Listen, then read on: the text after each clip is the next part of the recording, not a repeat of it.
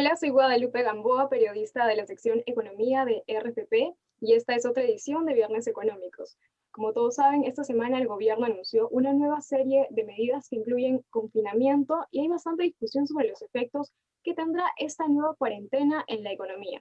Así que hoy nos va a acompañar el economista y exministro Enzo de Felipe para analizar brevemente la situación. Bienvenido. Hola Guadalupe, muchas gracias. Gracias. Como le comentaba, hay mucho debate sobre lo que generará esta cuarentena, pero primero es importante saber cómo llega el Perú económicamente a este confinamiento. Muy debilitado. Todos los países han tenido algún impacto negativo debido a la pandemia, pero el golpe en el Perú ha sido mucho, mucho, mucho mayor. Eh, el gobierno hace un año no tomó unas medidas exageradas y no dio marcha atrás a pesar de que se estaba viendo, a pesar de que ya había evidencia de que estaban afectando la economía más de lo necesario y sin embargo no estaban reduciendo los contagios. Entonces el Perú ha tenido el año 2020 una de las mayores caídas de productos del mundo, al mismo tiempo que tenemos una tasa de casos y mortalidad per cápita más alta del mundo. Durante algunas semanas tuvimos la más alta del mundo. Eso implica una gran pérdida de empleos, se perdieron hasta 2,5 millones de empleos. En la medida en que se ha ido reabriendo sectores de la economía, muchos de esos empleos han ido recuperándose, pero sobre todo en el sector informal. El Claro. empleo formal ha caído mucho y los ingresos, el ingreso promedio de la gente ha caído mucho, entre otras razones porque el empleo informal paga menos que el empleo formal. Entonces, al haber variado la composición, hay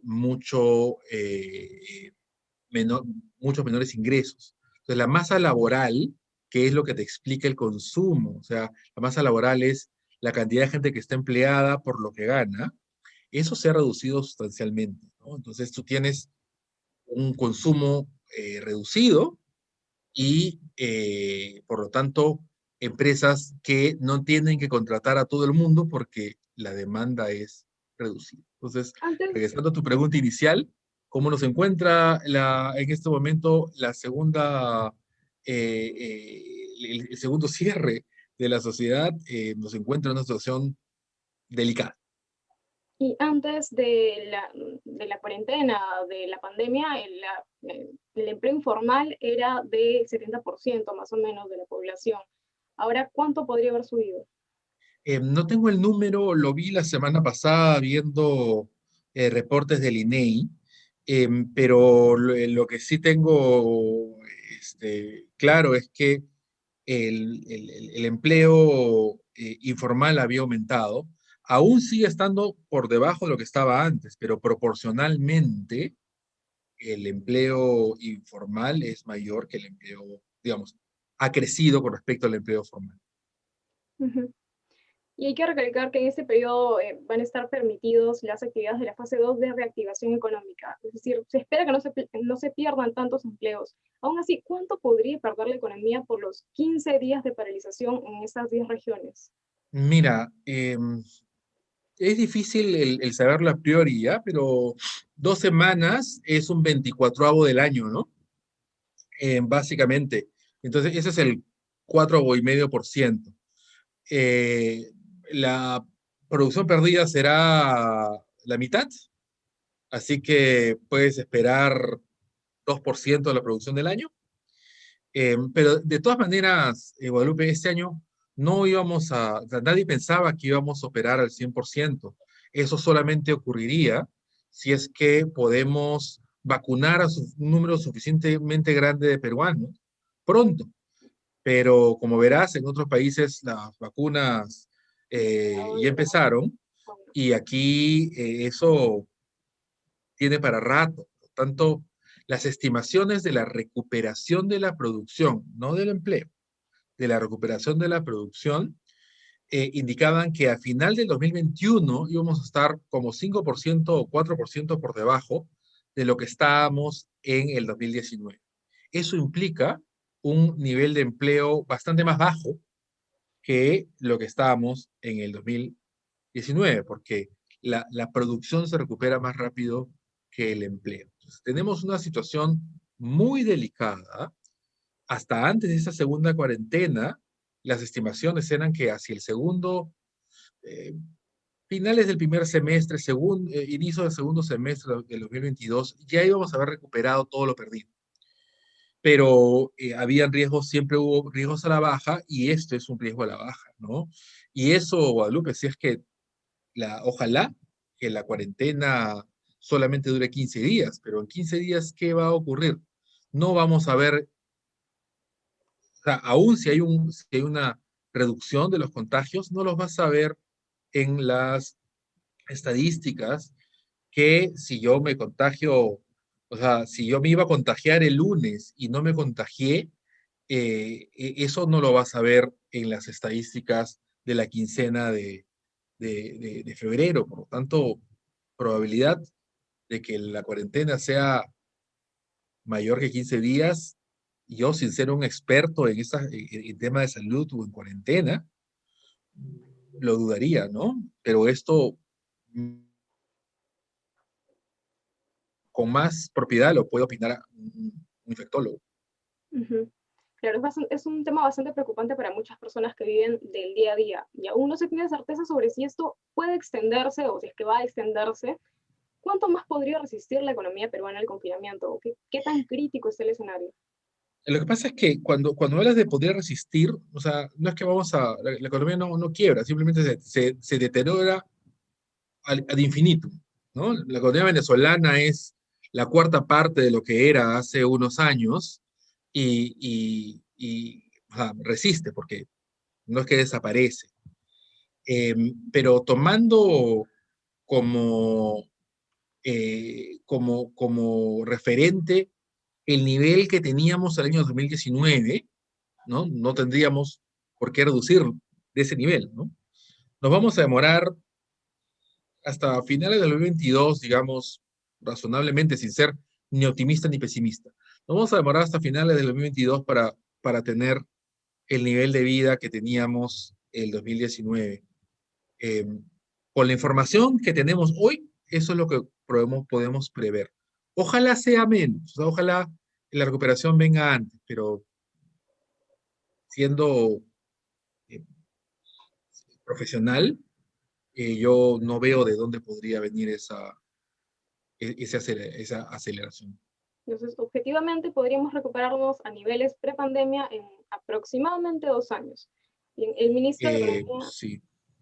el ministro de Economía, Waldo Mendoza, dijo en conferencia esta semana que se había decidido hacer un sacrificio macroeconómico por la salud, pero aún se mantiene la proyección de crecimiento económico para este 2021, que es de 10% aproximadamente. ¿Cree que sí se podrá lograr este esperado crecimiento? No, esa proyección de crecimiento de 10% era bastante optimista, ¿no? Y definitivamente luego de esto, aún si dura 2 semanas, es eh, poco claro que lo vamos a mantener. Los números, Guadalupe, de economía, la economía no es una ciencia exacta, ¿ya? Entonces, 9, 10, 11, cuando estamos hablando de proyecciones con tantas variables, no, un 9% es igual que 10 para una proyección. Seguimos allí. Yo creo que mucho más razonable para que lo más lo entienda la gente es verlo como, te lo estoy diciendo, hacia finales de 2022 vamos a tener, esperemos, el nivel de vida del 2019. Si la cosa empeora, esa recuperación no será hacia el 2022, será más adelante, en 2023 probablemente. Pero la economía, como les digo, no es una ciencia exacta, las proyecciones no son exactas y eso es algo razonable. Bien, justo para frenar de alguna manera los efectos que puedan tener estas medidas, se comentaron que están trabajando en otras medidas complementarias para ayudar a los afectados con el confinamiento. Y se anunció un nuevo bono de 600 soles y facilidades tributarias. ¿Qué otras acciones podría tomar el gobierno en materia económica? Más adelante le voy a preguntar sobre cada una de estas medidas que van a tomar, pero ¿qué otras acciones podrían tomar? Mira, la principal medida económica es combatir la pandemia. O sea, yo te puedo decir, puedo dar ideas sobre qué medidas económicas, pero la única que va a mover la aguja, Guadalupe, es la aceleración de la vacunación. El resto seguimos hablando de diciembre de 2022 o de octubre de 2022. Este, ¿Y qué puede hacer el gobierno? El gobierno no tiene bolsillos demasiado profundos. Yo creo que es razonable y como dice el ministro de Economía, el Perú está haciendo un esfuerzo por la salud de la población. Por un lado, dejando de cobrar impuestos, o sea, postergando el cobro de impuestos, y por otro, gastando en bonos a la población más necesitada. Nadie espera que esto vaya a solucionar el problema. Nadie espera que el efecto de esto sea similar al de tener trabajo, ¿ya? Pero ayuda y está dentro de nuestras posibilidades. Entonces, mientras sea así, bienvenido. Hay temas de refinanciamiento que el Estado también podría ayudar, pero ahí hay que ver quiénes comienzan qué empresas que han recibido estas facilidades de financiamiento están en condiciones de pagarlas. Hay muchas que no van a regresar, hay muchas que ya no tiene sentido que regresen. Yo sé que esto puede ser doloroso para los empleados y para los dueños, pero desde el punto de vista de la sociedad hay empresas que ya no son viables, y si ya no son viables, lo mejor que podemos hacer es permitir que los recursos que están invertidos ahí vayan a otras empresas que sí son viables, ¿no? Eso es muy difícil de hacer en poco tiempo desde el Estado, con la poca información que colectamos, ¿no? Yo como economista te digo, mi primer problema es la falta de estadísticas, de, de todo. O sea, desde procedimientos concursales, acabo de estar buscando información sobre procedimientos concursales, que en este momento es algo importante porque los procedimientos concursales, es decir, la reestructuración en Indecopi, la refinanciación en Indecopi, es una de las maneras que se le puede dar a las empresas para facilitar su recuperación. Pero no tienes información estadística como para decir, bueno, ¿en qué estamos fallando? Solamente tienes información de empresas que entraron por año, empresas que salieron por año, pero oye, entraron por reestructuración o por liquidación, no la tienes. Y así es bien difícil, ¿no? Y eso mismo lo ves en cuanto a enfermos por la pandemia. O sea, el subreporte en el Perú es alucinante. Lo sabemos desde hace un año. Bueno, ¿qué hemos hecho al respecto? Yo no sé. Está el Estado tomando información de gasto de las empresas o que puede sacarlas de reportes de tarjeta de gasto con tarjetas de crédito que tienen los bancos. Eh, yo no creo que haya ningún problema que los bancos provean esa información al Estado, anonimizada, por supuesto, porque lo que me interesa no es quién, sino cuánto se gasta. Ujú. Y el Estado debería hacer un seguimiento mucho más cercano de eso. Yo no sé si el Estado está Bueno, del presupuesto. enfocado en lo que quería enfocar, que es en generar información para la toma de decisiones. Yo un año después, o 10 meses después, no lo veo. Bien. Le comentaba también sobre las facilidades tributarias. Sí, es importante lo de las cifras, pero quiero recalcar en las medidas complementarias. Algunos especialistas han comentado que en realidad esta suspensión del impuesto a la renta, el IGB, el ISC que recientemente se ha actualizado, en realidad servirían más de alivio para las empresas que para los trabajadores contribuyentes. Es, eh, Es así. Mira, los pagos son de impuestos, o sea, impuestos sobre ganancias anteriores. Impuesto a la renta, por ejemplo. Entonces, la postergación del pago este, eh, le da liquidez a las empresas, pero a nosotros, los consumidores o los trabajadores, nos es totalmente neutro, ¿no?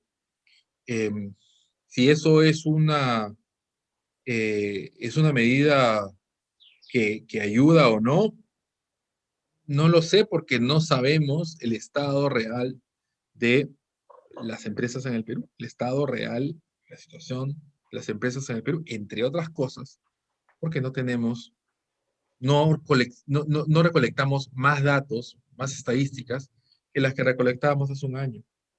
Respecto a los bonos, se ha indicado que se entregarán 600 soles a familias vulnerables, pero ¿cómo debería ser la distribución? Porque esta vez no se ha mencionado nada acerca de Seguimos ello. el mismo problema, Guadalupe.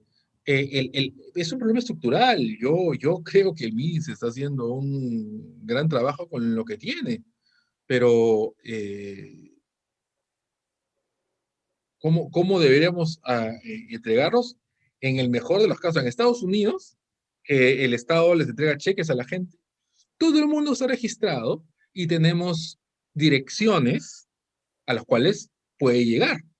Pero acá tú tienes que mucha gente no está registrada y su dirección es muy difícil de llegar sin conocer la zona. Entonces, la logística del pago es mucho más complicada.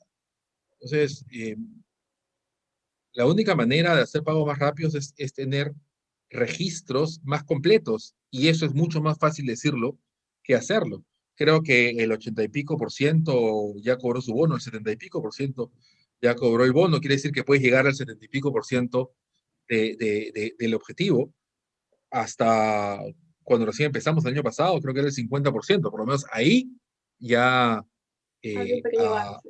ha mejorado, ¿no? Lo cual es bueno, pero no le podemos pedir peras al olmo. Tenemos problemas estructurales. Algo tan simple como que te llegue una carta.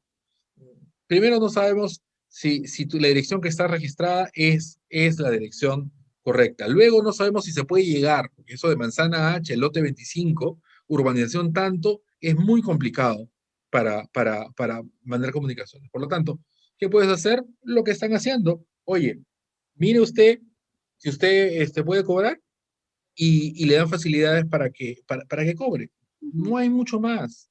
No, no hay mucho más. Sí, teniendo en cuenta que gran parte de la población a la que se dirigen no tienen cuentas bancarias o quizás no tienen el acceso a Internet porque son población vulnerable. No, entonces sí, es difícil, pero, o sea, el Estado ha hecho lo que puede, inclusive ha mandado gente, el caso de personas que no se pueden mover porque están enfermos, son mayores, el Estado ha mandado gente a pagarles en su casa, o sea, más que eso, difícil. El asunto es que no sabemos dónde están y es terrible, pero así es. Y eso, como te digo, son problemas estructurales, son problemas que derivan de otros problemas que nadie ha visto, como por ejemplo las direcciones. O sea, en Miraflores, cada calle tiene un nombre y tiene un número. Pero vete fuera de Lima, donde los distritos son gigantes, donde tienes gente que vive en un pueblo o en un anexo y gente que no ve ahí, a ver, ¿quién llega?